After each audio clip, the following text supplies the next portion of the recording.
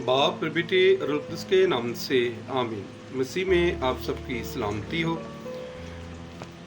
आज हम पूरी आलमगीर कलीसिया के साथ मिलकर ईद पेंतीकोस्त, ईद नज़ुल रूह कुद्दुस और ईद खमसीन मना रहे हैं।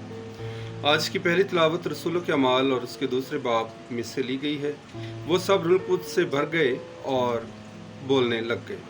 आज का ज़बूर 103 है और आज का जुमायती जवाब है, आए खुदावंद अपने रूह को भेज और वे ज़मीन को नया कर दे, या हालेलुया है।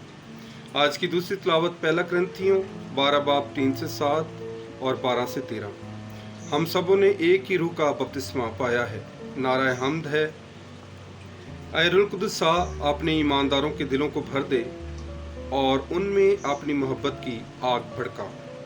आज की इंजील मुक़द्दस बामुताबिक मुक़द्दस यूहन्ना 20 बाब 19 से 23 आयत।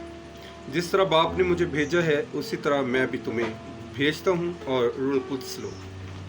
मेरे अज़ीज़ों, आज ईद पेंतीकोस्त आप सबको बहुत बहुत मुबारक हो। आज हम पूरी आलमगीर कलीसिया के साथ मिलकर कलीसिया के जन्मदिन की ईद मनाते हैं।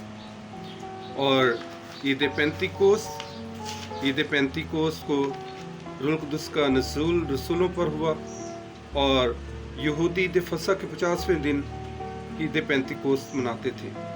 दूसरा नाम हफ्तों की ईद का नाम भी इसे कहा जाता है। ये फसह के 7 हफ्तों के बाद मनाई जाती थी, यानी 50वें दिन।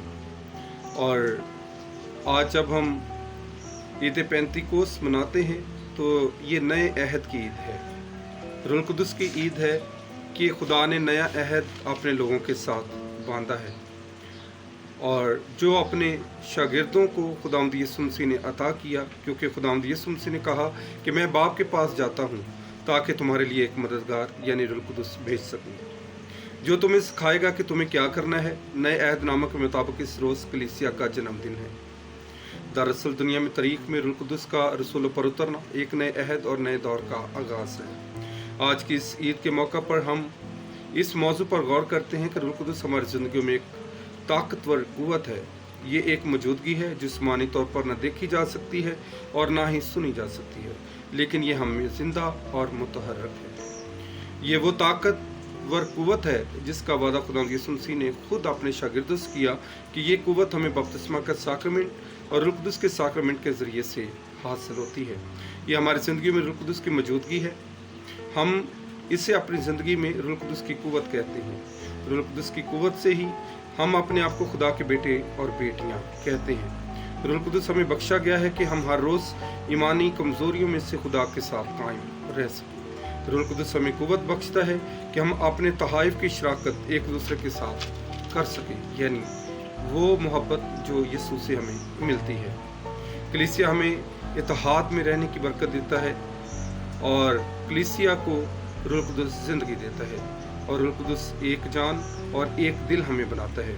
रूह कुद्दुस कलीसिया को सच्ची हिकमत बख्शता है, ईमान में मजबूती, और हमेशा खुदावंद यीशु मसीह के साथ चलने की ताकत देता है।